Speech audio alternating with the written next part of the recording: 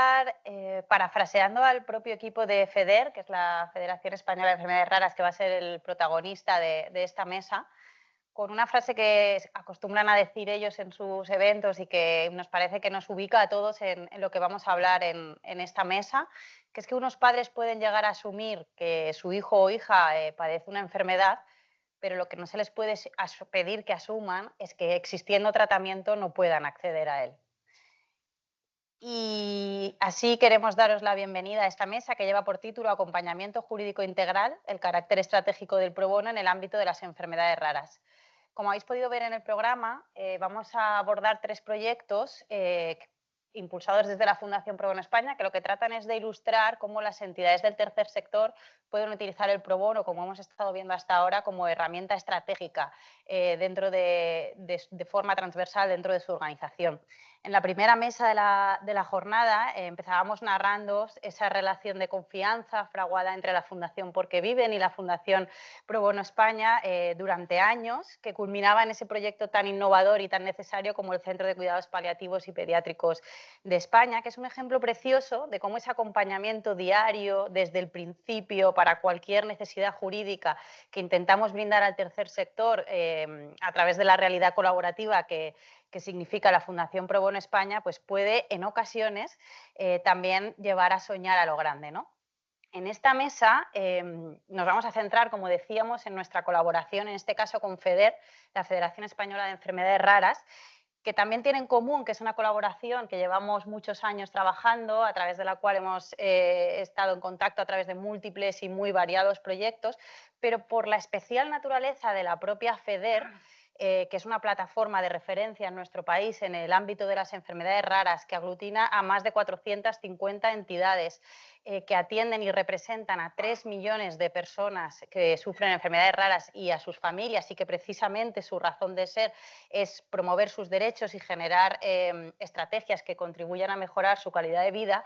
Ese soñar a la grande como plataforma, como entidad de segundo nivel, lo tienen en el ADN, ¿no?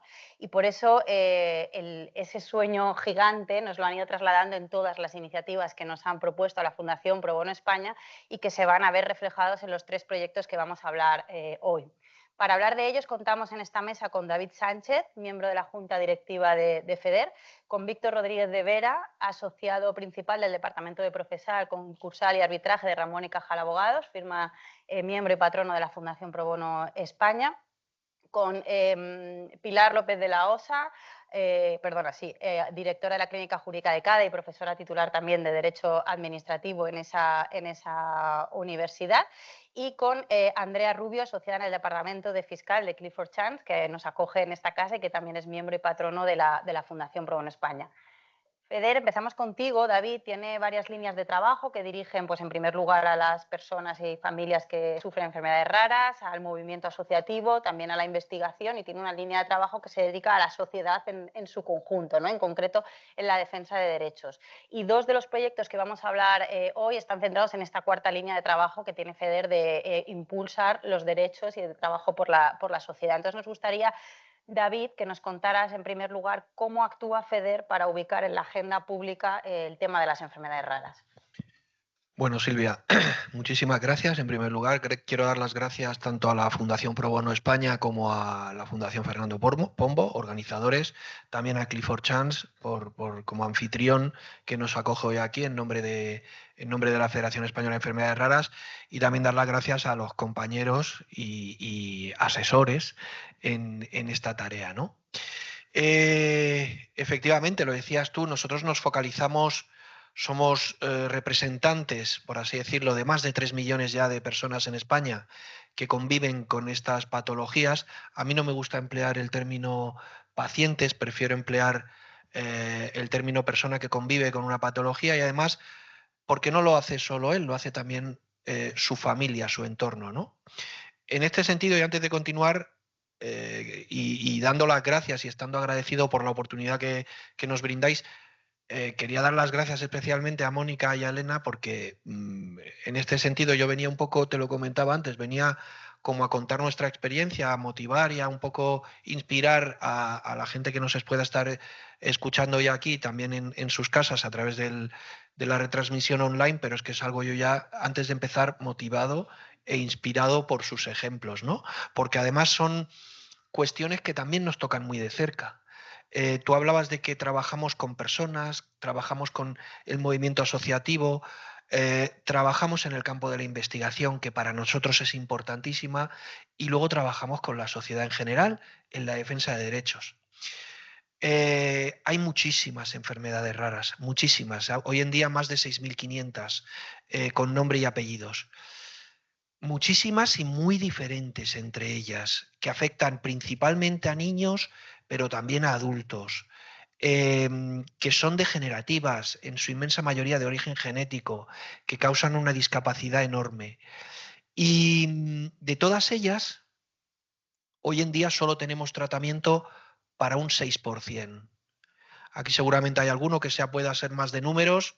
Si de esas 6.500 hacemos que solo un 6% tienen tratamiento, son muy pocas.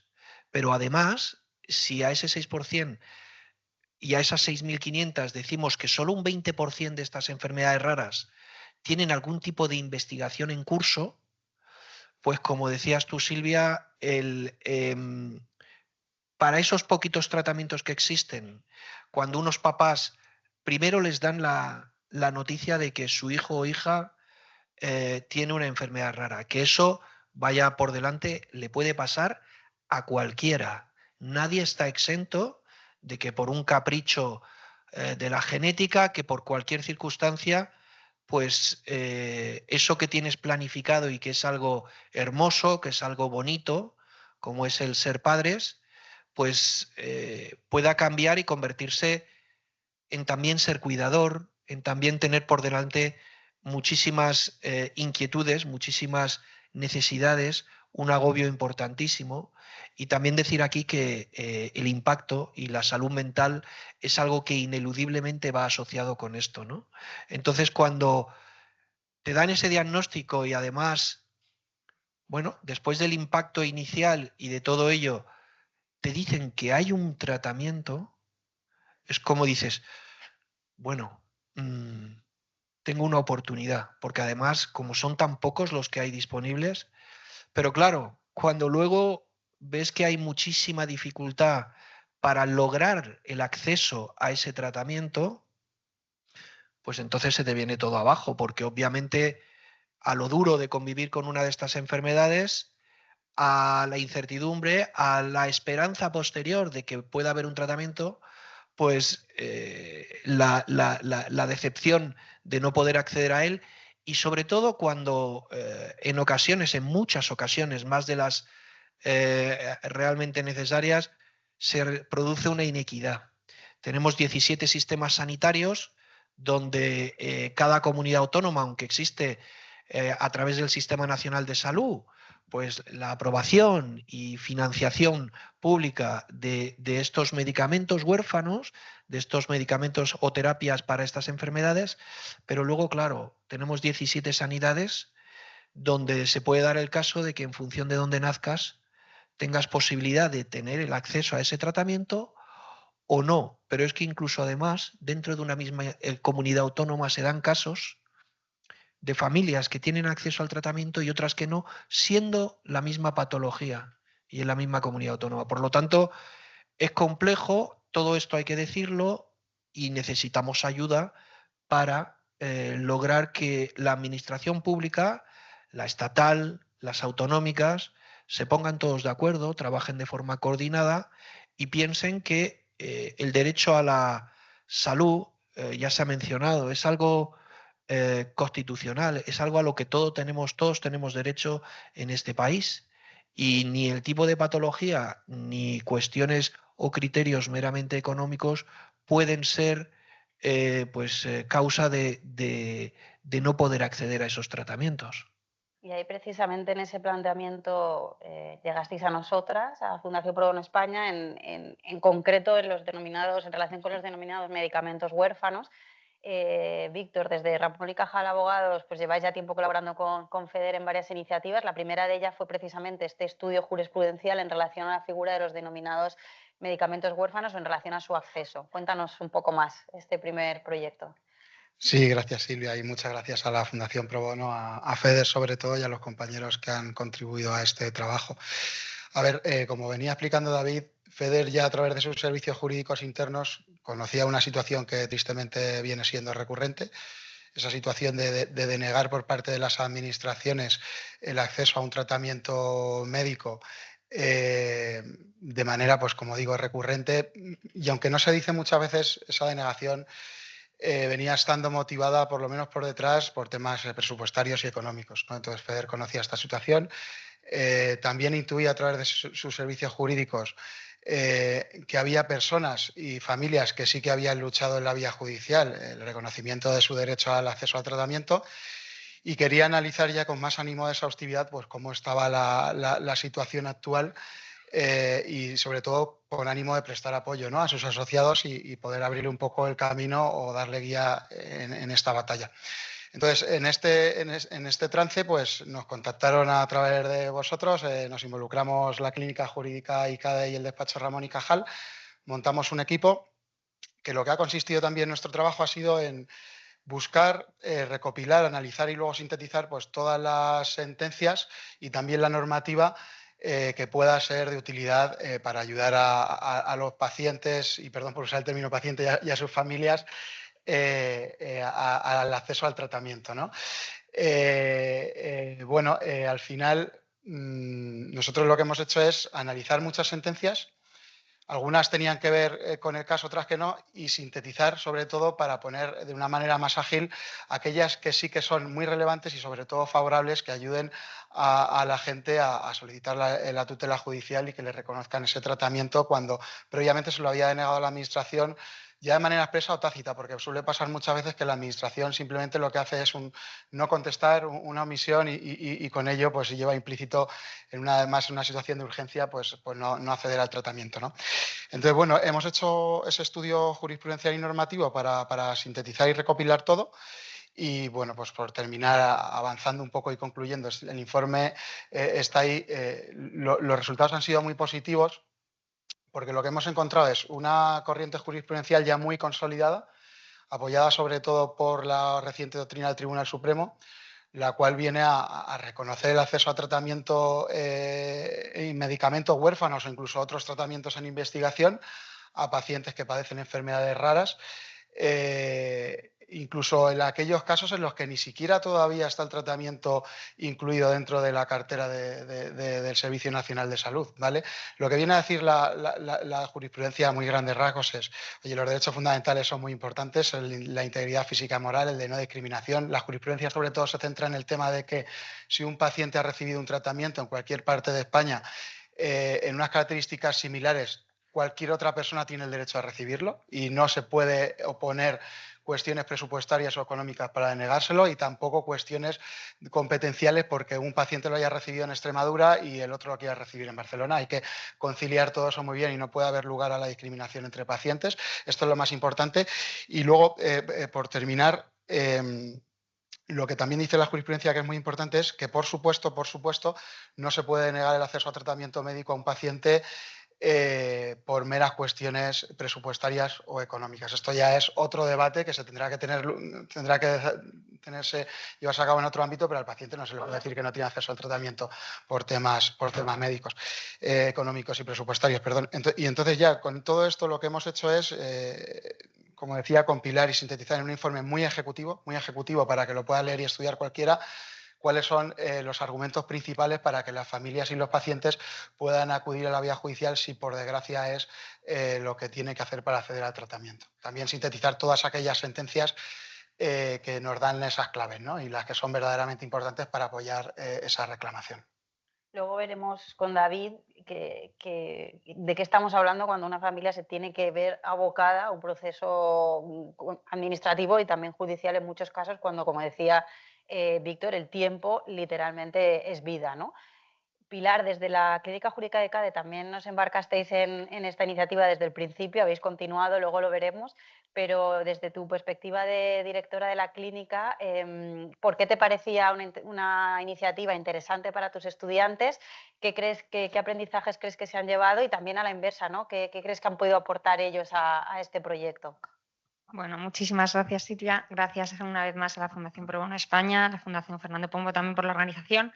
Me uno a los agradecimientos de la acogida de Clifford y bueno, sobre todo a mis compañeros de mesa que he tenido, bueno, con Víctor más posibilidad de trabajar, porque además, como decía Silvia, este proyecto ha seguido adelante. Bueno, la verdad es que yo creo que cualquier proyecto que transmita a los alumnos una enseñanza y conocimiento de un grupo vulnerable, un colectivo vulnerable, que además genere un impacto social, es un proyecto interesante para la clínica jurídica siempre.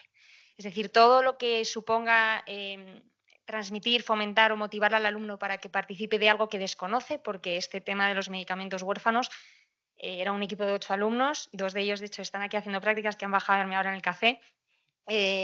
Ninguno de ellos sabía lo que eran los medicamentos huérfanos. Es decir, en el momento en el que les metes en un proyecto que desconocen de lo que en lo que van a trabajar y les transmites qué vas a hacer, tienen la suerte, porque es una suerte, de poder hablar con la entidad, la suerte de poder estar acompañados de abogados y profesionales que les van a tutorizar con mimo, cariño y además donde ellos de alguna manera se ven reflejados a futuro. Eso ya es importante, con lo cual, interesante para la clínica y para los alumnos. Entonces, interesante, en primer lugar, por eso, por aterrizar una necesidad social, una necesidad real que genere impacto social. En segundo lugar, aprendizaje de los alumnos, aquí lo dividiría en tres resultados, si queréis, de alguna manera. El primero, que ya lo adelantaba en el primer comentario, acercar a los alumnos a una necesidad real, es básico, pero todavía más allá, es una necesidad real en la que ven un problema jurídico detrás. Que ahí es donde realmente lo que han aprendido en el aula o la intención que tienen ellos de poner en práctica los conocimientos adquiridos en el aula es cuando tiene más sentido todavía, me empapo de algo que es una necesidad real y además pongo al servicio de esa necesidad mis conocimientos. Es doblemente importante. En segundo lugar, un concepto que me gusta mucho utilizar en el ámbito de la clínica es cambiar la mirada. Es decir, cuando ellos se involucran o se introducen en el ámbito de una necesidad real, sin duda empiezan a analizar la jurisprudencia, Víctor les aconseja, les guía, les orienta y cuando meten cada vez más cabeza, les cambia totalmente la mirada al finalizar. Y yo suelo pedirles que hagan una reflexión al acabar el proyecto y los comentarios abruman y muchos de ellos incluso repiten. Y en tercer lugar, lo decían esta mañana en la presentación los diferentes abogados del despacho de Clifford y José Luis, creo que también lo comentabas tú, el que ellos al final entienden que el derecho es una herramienta de transformación social. Y cuando concibes y entiendes y asumes que el derecho es una herramienta de transformación social y entras en un despacho, un departamento jurídico de una empresa o en un despacho, te apetece seguir haciendo esto. Entonces yo creo que esa transmisión que hacen muy bien, además hacéis muy bien desde la Fundación Pro Bono España y la Fundación Fernando Pombo también, el inculcarles qué es el pro bono para que cuando ellos aterricen en el mundo laboral, pues como comentaba antes, creo que era Pablo esta mañana que decía, el alumno ya en la entrevista pregunta, ¿pero aquí tenéis pro bono? Y eso ya es un guiño de... Yo lo he conocido en la universidad, como institución educativa y universidad tenemos la obligación, creo además como Facultad de Derecho, la obligación de decirles que esto existe, de ponerles a su disposición la posibilidad de llevarlo a cabo y luego ya si encima lo piden, lo preguntan en una entrevista, bueno, nos enorgullecemos todavía más. Entonces, bueno, yo creo que esas son las dos primeras respecto a la tercera pregunta que hacías, que han aportado ellos a la iniciativa. Ya no solo la parte jurídico, técnico-jurídica de conocimientos, que entiendo que esa va de suyo, ¿no? en el propio proyecto. Yo creo que ellos salen entran con poquita, pero salen con una mayor empatía, concepto que se ha hablado mucho esta mañana, pero esa empatía lleva una sensibilidad humana. Entonces yo creo que la empatía que adquieren al involucrarse en el proyecto se ve reflejada en su forma de ser, les cambia la mirada, como os decía, y adoptan una sensibilidad humana que antes no tenían. Y que si la tenían la han desarrollado más, que puede que la tuvieran, pero la han desarrollado más. Yo creo que se resumiría en eso. Hablando de sensibilidades humanas y de choques, si no me equivoco, Víctor, a raíz de un encuentro con un alto cargo del sistema de salud pública, surgió una segunda fase del proyecto. Cuéntanos un poquito más. A ver, yo creo que las conclusiones del trabajo que hemos hecho son muy positivas. Bueno, positivas desde el punto de vista de que la gente tiene por lo menos el respaldo de los tribunales de justicia y de los jueces para defender sus derechos fundamentales, que lo ha dicho David, estamos hablando de derechos fundamentales. Desde ese punto de vista es positivo. Desde el punto de vista quizá no tan positivo está el tema de que la administración quizás, bueno, seguro no hace las cosas suficientemente bien, las administraciones, y esto da lugar a que haya controversias y que la gente tenga que ir a la vía judicial a reclamar el derecho que le deberían reconocer ya desde el principio, ¿no? Entonces, bueno, siendo positivo la primera parte, que era nuestro trabajo, pues nuestra función yo creo que es darle difusión, ¿no? Y llevarle a la gente que, por desgracia, afronta estas situaciones tan difíciles, pues una vía alternativa para que puedan acceder al tratamiento. En esas estamos y en un evento precisamente organizado, magnífico, por cierto, por FEDER, pues tuvimos la oportunidad de adelantar las conclusiones de este trabajo, ¿no?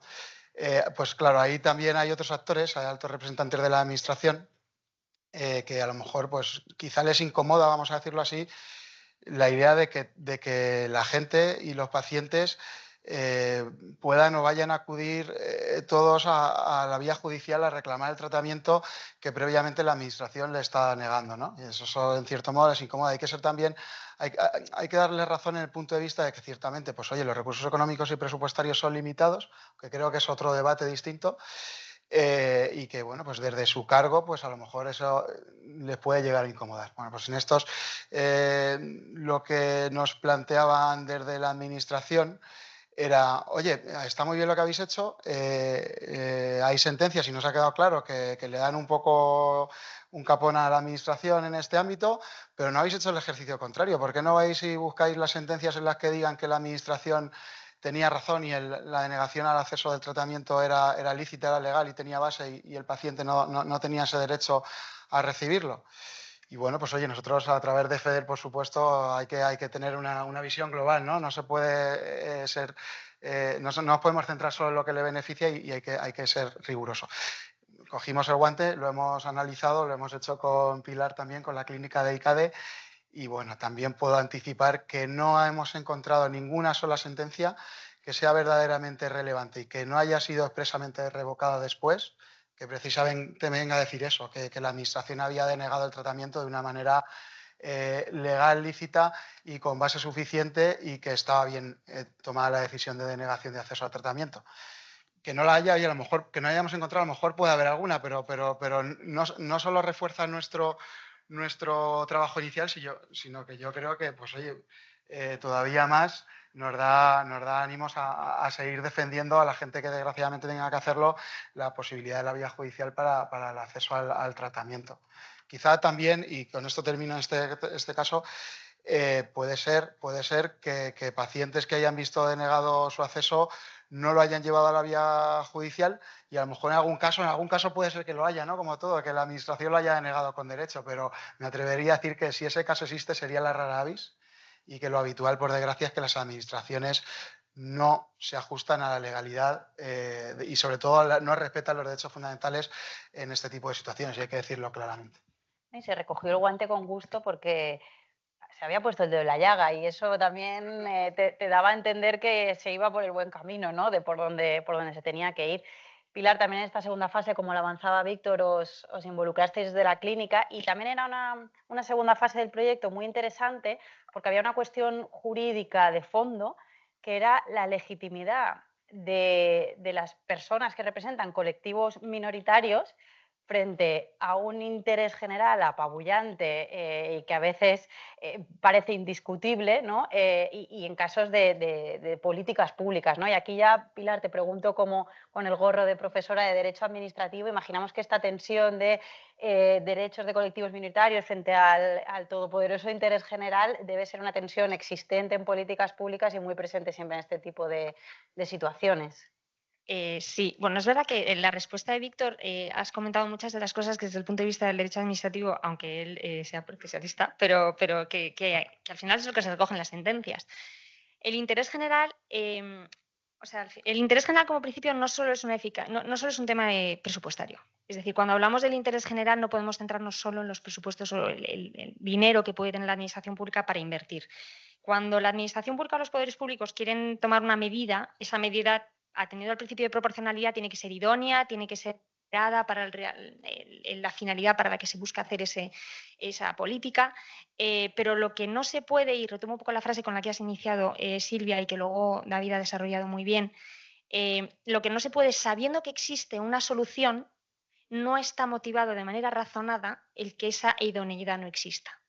Es decir, si yo cuando voy a tomar, yo digo administración pública, hablo ya como hablo en clase, en una enfermedad rara la proporcionalidad se tiene que tener en cuenta, pero se tiene que leer junto con la igualdad material. Es decir, no, hay que hablar de la igualdad material, hay que hablar del principio de interdicción de la arbitrariedad, que es esa prohibición de que los poderes públicos de manera caprichosa actúen de una determinada manera. Hay que tener en cuenta muchos factores y en ese factor de igualdad material entran derechos fundamentales. Entonces, lo que no podemos es que no voy a invertir en esto porque en una patología mayoritaria se va a invertir más que en una patología minoritaria. Si en una patología mayoritaria invierto más que en la minoritaria, de por sí no es ilícito. Es decir, no podemos decir que está mal hecho. Siempre que exista una motivación razonada justificada por parte de la Administración que diga no voy a invertir en esto porque no hay este tratamiento. Pero si es que nos acaba de decir David que el tratamiento existe y que encima se está proporcionando en unas comunidades autónomas y en otras no. Luego, la idoneidad la motivación o la justificación no está siendo razonada, ni razonable, ni justificada de manera adecuada, ¿no? Entonces, yo creo que cuando hablamos de enfermedades raras o de tratamientos en estos casos o en este caso, este supuesto que hemos llevado a cabo, la proporcionalidad tiene que ir de la mano de la igualdad material y del principio de la interdicción de la arbitrariedad. Eso por un lado, es decir, nos tenemos que basar en que la decisión pública tiene que basarse en la igualdad, que debe existir una justificación suficiente y que no podemos omitir que se cumpla esta interdicción de la arbitrariedad. Es decir, que no puede la Administración actuar de manera caprichosa, porque yo lo considere. Y respecto al tema de los territorios que ha comentado Víctor, pues decía que lo había adelantado, el tema de las comunidades autónomas, no es posible que el territorio decida si sí o si no. No es posible que el código postal decida si te voy a dar el tratamiento o no. Y ya lo ha dicho la jurisprudencia, si se proporciona en una comunidad autónoma o en un territorio, se tiene que proporcionar en otro. Eso no podemos jugar con el principio de igualdad, con el derecho a la igualdad en este sentido, el derecho a la salud, según nos vaya apeteciendo. Entonces yo creo que el análisis tenía una profundidad jurídica importante, relevante, que efectivamente hizo daño, pero un daño que yo creo que puede curar y sirve como para resolver un problema que a priori existe desde el punto de vista no solo jurídico, sino social. ¿Me permites unas pequeñas puntualizaciones? Primero porque antes, en su intervención de antes, Pilar hablaba de medicamentos huérfanos y a lo mejor el auditorio tampoco sabe lo que son medicamentos huérfanos. Y quizá conviene aclarar un poco, en la normativa del año 1999 de la Unión Europea se aprueba lo que es un medicamento huérfano y también se define lo que es una enfermedad rara en la Unión Europea en términos de prevalencia de una enfermedad, que es aquella que afecta a 5 o menos de 5 de cada 10.000 nacimientos. Y además, lo que medicamento huérfano se refiere normalmente a un medicamento destinado a la cura o a detener o incluso a enlentecer los síntomas de una enfermedad de este tipo, ¿vale? Cuando no existe ninguna otra terapia ni tratamiento que pueda sustituirlo, ¿vale? Y normalmente estamos hablando de fármacos o de terapias que tienen un coste bastante elevado. Eso por un lado. Luego, en segundo lugar, quería aclarar también, en relación a lo que comentaba Víctor antes, que tiene absolutamente lo que decías tú, Silvia, tiene absolutamente toda la razón. Y nosotros desde FEDER lo que queremos es que esta inequidad, que además la tenemos y la estamos repitiendo continuamente, que se está produciendo, no se produzca y que sea tanto la Administración General como todas las comunidades autónomas las que además tienen representación, porque cuando un fármaco se aprueba, esto es un proceso muy largo, que viene primero de los de FDA o EMA, que son agencias regulatorias a nivel internacional, luego aterrizan aquí en la AEMS, en la Agencia Española de Medicamentos, y que una vez que esta agencia aprueba este fármaco, luego hay toda una negociación en la que participan la Administración General y también las comunidades autónomas, tienen voz ahí, y se aprueba o no la financiación de ese fármaco. Pero claro, una vez aprobado, ya luego no existe ningún razonamiento que podamos entender para que en unos sitios se aplique y en otros no, y que haya esa inequidad.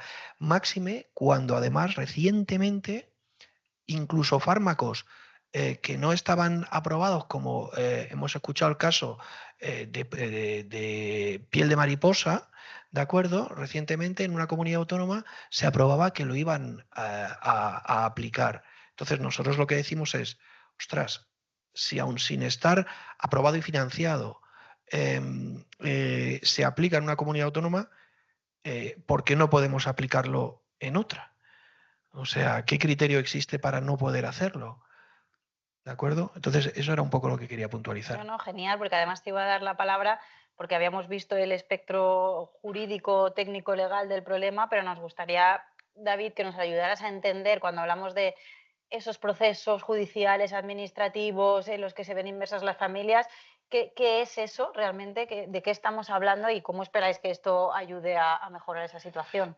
A ver, hablamos y luego lo enlazaremos con el siguiente tema, ¿no? Con el del cribado, pero hablamos de vida y hablamos de tiempo y hablamos de que no hay tiempo, ni tiempo que perder. Cuando existe un fármaco, ya lo he dicho antes, cuando hay tan poquitos aprobados para este tipo de enfermedades, no hay tiempo que perder. Ya se pierde muchísimo en todo ese proceso regulatorio que antes he comentado rápidamente. Pasan años hasta que a lo mejor un fármaco puede estar aprobado en nuestro país, pues las familias no tienen tiempo. Y cuando vives en cualquier lugar de España y sabes y tienes, que tienes a tu alcance un fármaco que puede parar la enfermedad de tu hijo o incluso revertirla, pues no hay tiempo que perder, sobre todo porque cada día que pasa y si los síntomas se agravan, en la inmensa mayoría de las ocasiones no hay vuelta atrás, no se van a recuperar. Y por tanto, además nosotros pensamos, esto genera toda una angustia y un impacto en la salud mental de las familias brutal, brutal. Existen numerosos conflictos como el de la conciliación de la vida familiar y laboral, muchísimas cuestiones que impactan en esa familia de pleno y que bueno, te destrozan, ¿no? Y tienes que, si sabes que existe ese fármaco, pues no puedes vivir con esa incertidumbre sabiendo que cada día que pasa y que tu hijo o hija está empeorando, eso no va a volver, no va a mejorar. Por tanto, lo necesitas y lo necesitas ya. Y es verdad que en ese sentido, mmm, bueno, yo creo que iba a decir que podemos ser exigentes, pero yo creo que cualquiera de vosotros que estáis aquí en el auditorio, que aquí me acompaña a mí, aquí en el escenario, si os vierais en una situación así, todo el mundo actuaría. Yo a veces me pregunto cuando existen estas cuestiones si realmente la persona que tiene que tomar la decisión, el tomador de decisión, que desde luego que desde la Federación Española de Enfermedades Raras entendemos que los recursos son limitados, que hay que mejorar en la coordinación con comunidades autónomas, que hay que intentar agilizar todo. Si somos comprensivos y todo eso lo entendemos, pero lo único que pedimos que los tomadores de decisiones tengan en cuenta es, si fuera tu hijo, ¿qué harías? Querrías que eso fuera en ese mismo momento. Y además, no solo eso, sino que todos estos síntomas, todo este agravamiento, todas estas secuelas que pueden terminar incluso con la pérdida de la vida en muchos casos, pero cuando no es así, contribuyen y constituyen también un coste para el sistema público, porque a esta persona hay que cuidarla. Todo esto tiene un impacto. Antes, no sé si ha sido Elena o si ha sido Mónica, decía que el 93% de las cuidadoras son las madres.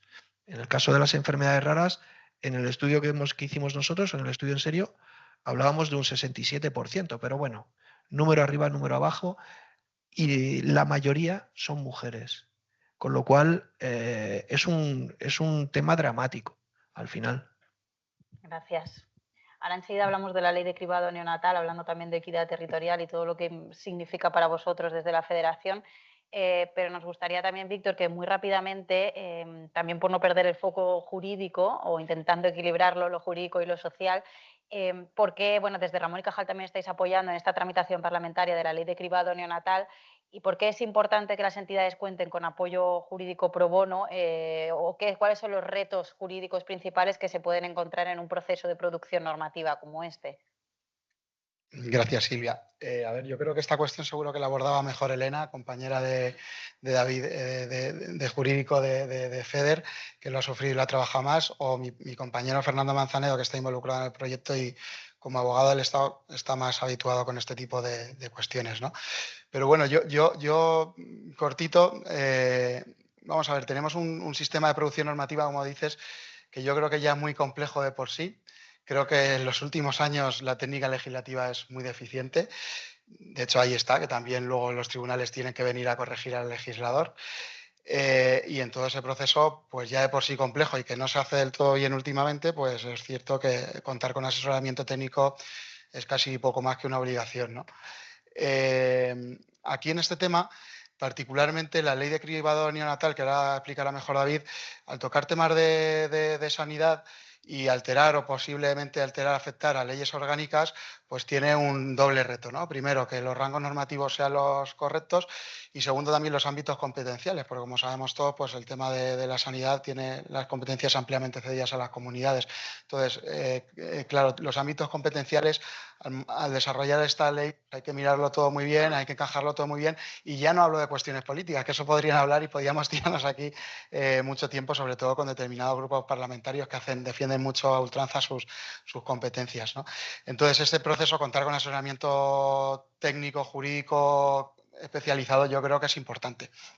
Luego, además, el tema de los tiempos, cómo, cuándo y qué hacer durante la tramitación parlamentaria, creo que es importante contar con la ayuda de asesoramiento jurídico para no perder la oportunidad en los plazos que se van abriendo y hacerlo todo a su debido momento y correctamente. Y luego, en último lugar, creo que aquí lo más importante ha sido y será, porque estamos todavía en pleno proceso, la revisión del texto y tratar de cohesionar lo que va a ser el texto con la verdadera naturaleza de lo que quiere llegar a ser la norma, ¿no? Eso va a ser lo más importante y sobre todo evitar que la redacción de la norma pues no se dé lugar a interpretaciones irreconciliables entre la propia norma u otras normas con las que tenga que coexistir o que dé lugar a lagunas interpretativas o de aplicación. Entonces, yo aquí el trabajo que más se está haciendo ahora, yo creo que precisamente es ese, revisar los textos y modificar las enmiendas que se han propuesto, va más en el sentido de modificar la redacción para determinar muy bien el objeto, ampliar en algún caso el objeto de la norma y sobre todo evitar que luego haya interpretaciones que hagan que sea ineficaz la norma que esperemos que se apruebe. Y aquí sí que termino con esto. Hacen también las cosas, y lo decía el otro día FEDER, que creo que en el proceso de bloqueo parlamentario que vivimos en los últimos años, probablemente sea la única ley que salga adelante o que pueda llegar a salir adelante a corto plazo. Esperemos que sí, que así lo sea. Y eso habla muy bien y mucho de lo que hace FEDER y de cómo es capaz de, en esta situación política bueno, hay que decirlo, de bloqueo, pueda llegar a salir adelante una ley tan importante para la gente, que ahora seguro que David nos hablará de ello. Sí, cuéntanos, David, ¿por qué es tan importante una ley de cribado neonatal? Bueno, vamos a cruzar dedos con esa afirmación. Yo no la tengo tan claro, esperemos, ojalá que sí. Bueno, yo primero hay que ser agradecidos y hay que dar gracias pues porque este acompañamiento, tanto antes en el tema de las sentencias como en esta ley de proposición de ley de cribado neonatal, contar con este apoyo a través de Fundación Pro Bono y a través de estos despachos, para nosotros es fundamental. Cribado neonatal, dicho así, a lo mejor hay gente en el auditorio que no sabe ni lo que es. Pero si os hablamos de la prueba del talón, seguramente muchos, o aquellos que sois papás, pues sí que ya os sonará, ¿no? Es aquella prueba que se le realiza al recién nacido con un pichacito, sacándole una gotita de sangre, y donde se comprueba o se realiza un cribado preventivo, ¿de acuerdo? Para ver dónde se miran una serie de patologías. Bien, pues aquí volvemos un poco a lo mismo que comentábamos con anterioridad en el caso de las sentencias. dependiendo de la comunidad autónoma donde residas, se criban un número de patologías u otras. Ejemplos. Pues por ejemplo, por aquí está mi compañera Carmen de Federec, de Galicia, que tiene pues la suerte de que en su comunidad autónoma y en la que resido yo, pues se están cribando por encima de las 40 patologías a los recién nacidos. Sin embargo, existen otras comunidades autónomas en nuestro país donde el número es muy inferior, pero muy inferior, que es que estamos hablando de 11 patologías, de 15, de 20, ¿de acuerdo? Claro, ¿esto qué provoca? Pues esto provoca, al ser un cribado preventivo, produce que dependiendo dónde nazcas, dependiendo tu código postal y de si te criban unas patologías u otras, pues te la detecten, se pueda actuar de forma precoz y se puedan incluso, bueno, minimizar o incluso eliminar los síntomas de aquella patología que padeces. Por tanto, esto ya es dramático porque puedes vivir, yo qué sé, en un pueblo de la región de Murcia limítrofe con Andalucía y otro pueblo de Andalucía limítrofe con la región de Murcia y que nazcan dos niños con una misma patología, que a uno se le diagnostique y se le pueda intervenir de forma precoz y evitar los síntomas de esa patología, y sin embargo otro niño que vive apenas 20 kilómetros más a 20 kilómetros de distancia, pues no se le cribe, no se detecta a tiempo y sufra y vaya a tener una vida con toda una sintomatología de una patología. He dicho Andalucía y Murcia, podría haber dicho Galicia y Asturias o podría haber dicho la que sea, ¿no? Pero esto pasa. Y esto hay que tratar de que en todo el territorio nacional somos muy conscientes desde FEDER que las competencias de sanidad, lo decía antes Víctor, están derivadas pero hemos de tratar de reducir o eliminar esa inequidad. No pueden darse situaciones como esta que se están dando hoy en día en 2026, se producen. Y esto no puede ser, porque vivimos en el mismo país y lo que buscamos desde la Federación es que a través de esta proposición de ley, que vino propiciada y que vino forzada a través de una negociación que la propia Federación mantuvo con todas las fuerzas políticas, pues se convierta en una realidad. Ahí contar con el asesoramiento jurídico para que bien sean nuestras propuestas, bien sean las enmiendas que queremos introducir al texto una vez que se debata todo este tipo de cuestiones, pues hacerlo con un sentido y con bien hecho, ¿no?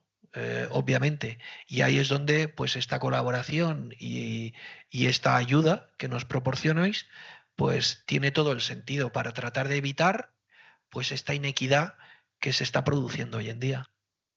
Genial. Pues siguiendo con hacer las cosas bien y con un buen sentido, acabamos con la última iniciativa que vamos a abordar.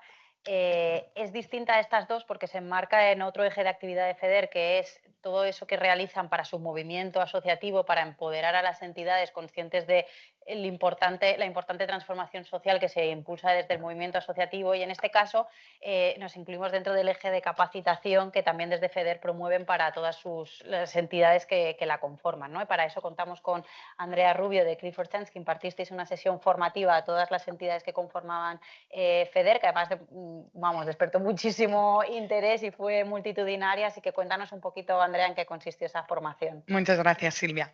Bueno, muchas gracias a la Fundación Fernando Pombo y a la Fundación Pro Bono por la organización de esta jornada, y en especial muchas gracias a la Fundación Pro Bono y a FEDER por dejarme formar parte de este proyecto. Efectivamente, este proyecto no tiene nada que ver con los que hemos venido hablando hasta ahora, pero fue un proyecto para mí personalmente muy enriquecedor, porque tenía un efecto muy práctico y lo que buscábamos era un efecto directo en las necesidades de las entidades. Nuestro objetivo era traducir conceptos jurídicos difíciles en algo normal, en algo habitual. Yo entiendo que si yo soy una madre que mi hijo tiene una enfermedad y le hablo de deducción, de exención, dirá, ¿qué es esto? Entonces, lo que buscamos fue traducir nuestro concepto jurídico, nuestro lenguaje jurídico, en algo coloquial. Hicimos una sesión que se basaba en 4 grandes bloques y no me voy a enrollar, no os voy a contar temas fiscales de verdad, que sé que a la mayoría no nos gustan, pero bueno, nos gustan. En primer lugar, abordamos la relevancia de la forma jurídica. Queríamos que las entidades entendiesen que desde un inicio es muy importante la forma jurídica que escoges para tu actividad. No es lo mismo crear una fundación que tiene un acceso directo a la ley de mecenazgo y al régimen fiscal favorable que crear una asociación que necesita ser declarada de utilidad pública. En un segundo lugar, bueno, nuestra idea aquí era ayudar nuestro objetivo cuando creamos este bloque era ¿qué necesitáis? Y vamos a hacerlo bien desde el principio. No creáis una asociación, esperad 2 años, luego intentar declarar de utilidad pública, que os echen para atrás. Como decíamos, en este tipo de enfermedades el tiempo es esencial. Entonces, por eso hacíamos mucho hincapié en, desde el principio hay que hacerlo bien. En segundo lugar, explicábamos el régimen específico, el régimen fiscal específico para las entidades sin fines lucrativos. Aquí nos centramos en qué requisitos y qué derechos y obligaciones tenías cuando empiezas a aplicar la Ley 49/2002. Además de derechos y obligaciones, también era, pues, oye, ¿qué ventajas te da esta ley? Dedicamos tiempo a las novedades de la reforma del 2023 que tuvo esta ley porque realmente tuvieron mucha relevancia jurídica y fiscal, ya que aumentaron los tipos de deducción. Es decir, si yo aportaba antes 200 euros, tenía una deducción fiscal en IRPF, ahora con 250 también, y consideramos que es muy importante que se tengan claros los límites para captar el dinero de las donaciones. Hicimos un tercer bloque, que sobre todo fue muy enfocado, fue un enfoque muy práctico, que lo denominamos captación de fondos y sostenibilidad económica. Aquí analizamos el tratamiento fiscal de las diferentes fuentes de financiación que puede tener una entidad, los donativos, las cuotas de socios, las actividades económicas, las subvenciones que reciben. Y nos centramos hicimos 2 grandes bloques. Oye, ingresos. ¿Cuáles están exentos y cuáles no? Porque sabemos que muchas entidades realicen actividades para obtener esos ingresos, porque muchas veces por una donación, una cuota de socios, no es lo suficiente, no es un recurso económico suficiente. Entonces ahí nos enfocamos a qué actividades están exentas de tributación y cuáles no.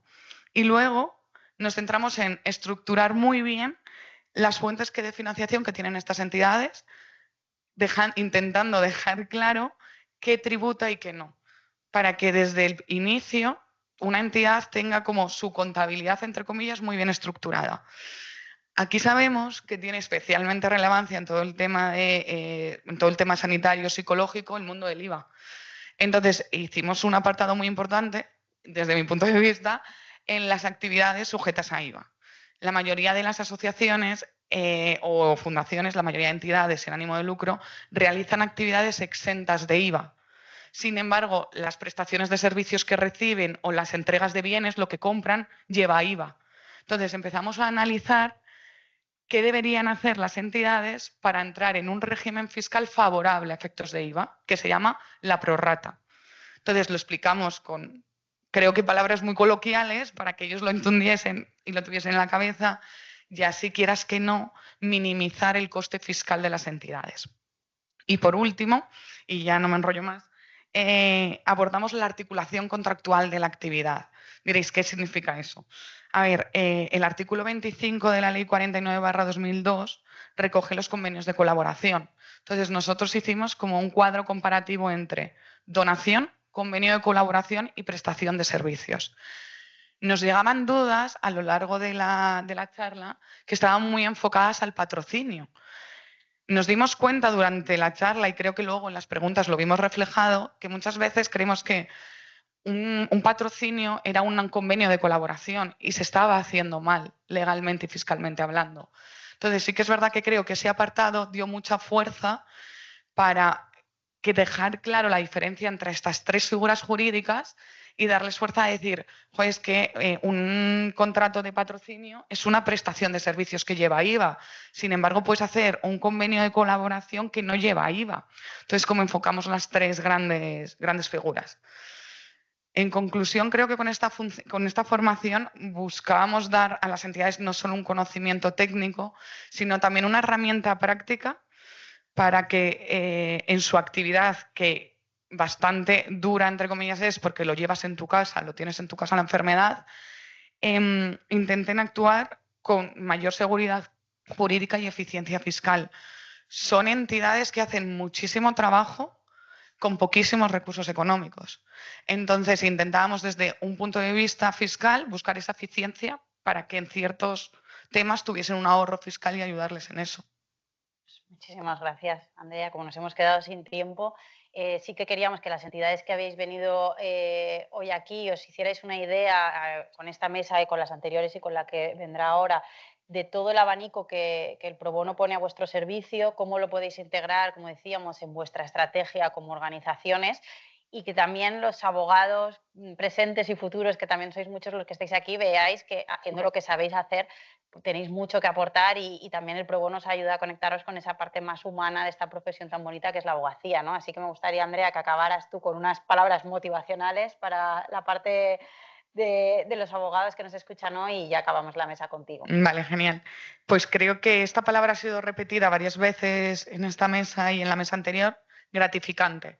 O sea, yo cuando me propusieron hacer esta formación, para mí fue gratificante. Creo que los abogados podemos, o sea, en nuestro día a día estamos muy acostumbrados de convenios, exenciones, no sé qué. Utilizamos miles de términos que en realidad ayudan mucho al mundo exterior, como si dijésemos. Entonces fue una medida de decir, joder, vamos a aportar estas herramientas prácticas a estas entidades, vamos a ayudarlas, vamos a intentar que el mundo fiscal, que es un mundo que todo el mundo tiene miedo, que cuando te llega una carta de Hacienda todo el mundo tiembla, vamos a intentar ayudar a la gente explicando de una manera muy sencilla. Y creo que es eso, o sea, apoyo a la gente a hacer pro bono porque es trasladar tu día a día a una realidad. O sea, nosotros al final, tanto Víctor como yo, trabajamos muchas veces con personas jurídicas, no tienen esa cercanía tal, y cuando te pones a hablar, hablas con las personas físicas, ves esas dificultades que te ponen en la vida y dices, joder, es que realmente mi trabajo como abogada está sirviendo de una ayuda. Entonces, animo, bueno, a mí me ayudó una chica que se llama Marta, que está ahí, que está estudiante de prácticas en Clifford cuando hicimos la formación. Marta acabó también encantada de este proyecto y de verdad os animo porque es satisfactorio, es gratificante y debemos ayudar al mundo. O sea, al final creo que ese es el mensaje. Pues muchas gracias a todos y por favor quedaos a la siguiente mesa.